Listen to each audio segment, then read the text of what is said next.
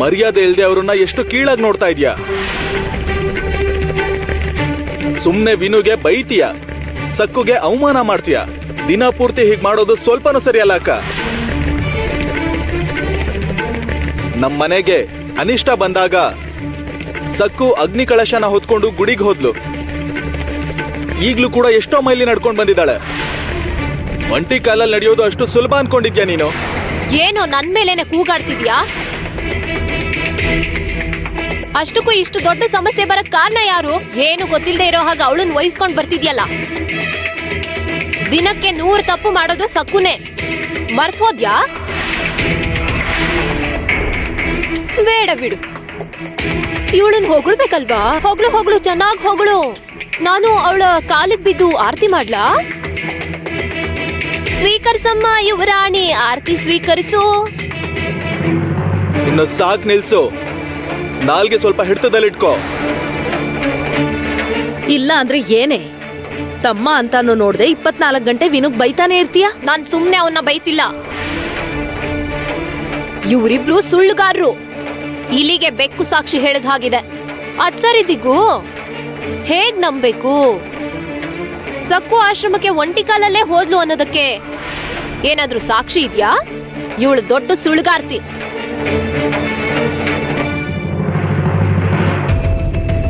ನಿನಗೆ ಮನುಷ್ಯರ ಮೇಲೆ ನಂಬಿಕೆ ಇಲ್ಲ ಅಕ್ಕ.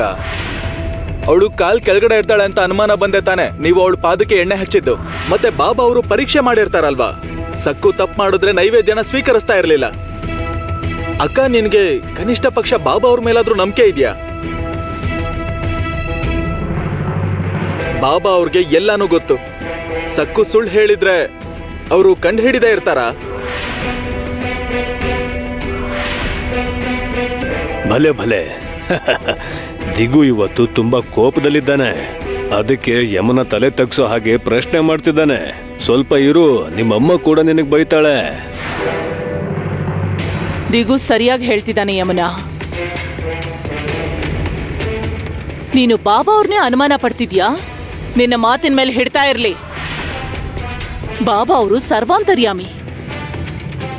ಕಾಲು ಕೆಳಗಿಡೋಕ್ ಸಕ್ಕುಗೆ ಅನುಮತಿ ಕೊಟ್ಟಿದ್ದಾರೆ ಅಂದ್ರೆ ಅದ್ರ ಅರ್ಥ ಏನು? ಸಕ್ಕು ಈ ಅಗ್ನಿ ಪರೀಕ್ಷೆಯಲ್ಲಿ ವಿಜಯ ಸಾಧಿಸಿದಾಳೆ ಅಂತ ಅರ್ಥ.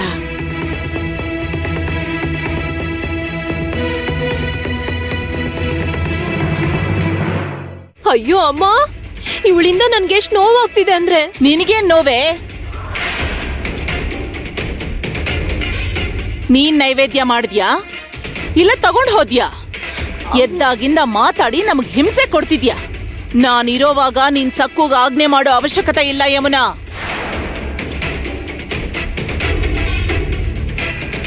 ಸಕ್ಕು ಅಗ್ನಿ ಕಲಶನ ಹೊತ್ಕೊಂಡು ಹೋಗಿದ್ದನ್ನ ನಾವು ಕಣ್ಣಾರೆ ನೋಡಿದ್ವಿ ತಾನೆ.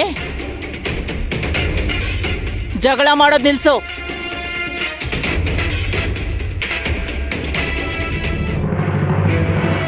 ಅಮ್ಮ, ನೀನ್ ಯಾವಾಗ್ಲೂ ಹೀಗೆ ಇರ್ಬೇಕು. ಸರಿಯಾದ ಸಮಯಕ್ಕೆ ನೀನು ಸಕ್ಕು ಪರವಾಗಿ ಮಾತಾಡ್ದೆ.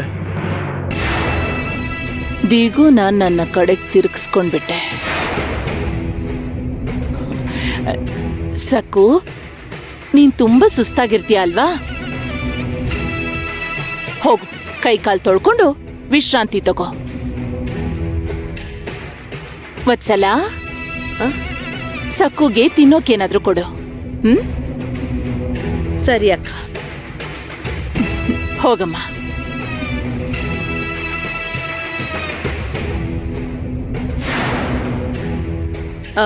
ಬಾಸಕ್ಕು, ಹೋಗು.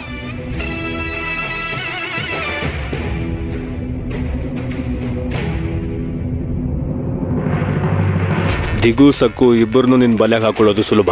ಆದ್ರೆ ಈ ಗಜನ ನನ್ಗೆ ಮೋಸ ಮಾಡೋಕೆ ನಿನ್ನಿಂದ ಆಗಲ್ಲ. ನೀನು ದಿಗು ಮೇಲೆ ಸಕ್ಕು ಮೇಲೆ ಸುಳ್ಳು ಪ್ರೀತಿ ನಾಟಕ ಆಡ್ತಾ ಇದೀಯ ಅಂತ ನನಗ್ ಗೊತ್ತು. ನೀನು ನನಗ್ ಮೋಸ ಮಾಡಕ್ಕಾಗಲ್ಲ.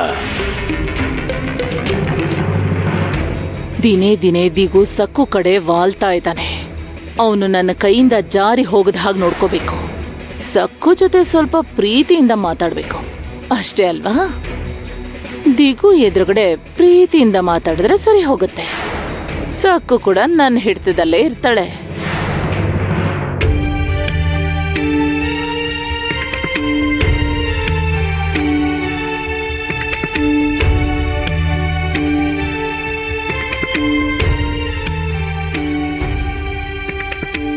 ವಿನಾಯಕ್ ರಾವ್, ಓ ವಿನಾಯಕ್ ರಾವ್, ನೀವ್ ಯಾಕೆ ಅಳ್ತಿದ್ದೀರಾ? ಅಯ್ಯೋ, ಏನ್ ನೀವು ನಗ್ತಿದ್ದೀರಾ ಮತ್ತೆ ಅಳ್ತಿದ್ದೀರಾ? ಏನಾಯ್ತು? ನಿಮ್ ಮೇಲೆ ಯಾರಾದ್ರೂ ಕೋಪಿಸ್ಕೊಂಡ್ರಾ ಅಥವಾ ಯಾರಾದ್ರೂ ಬೈದ್ರಾ?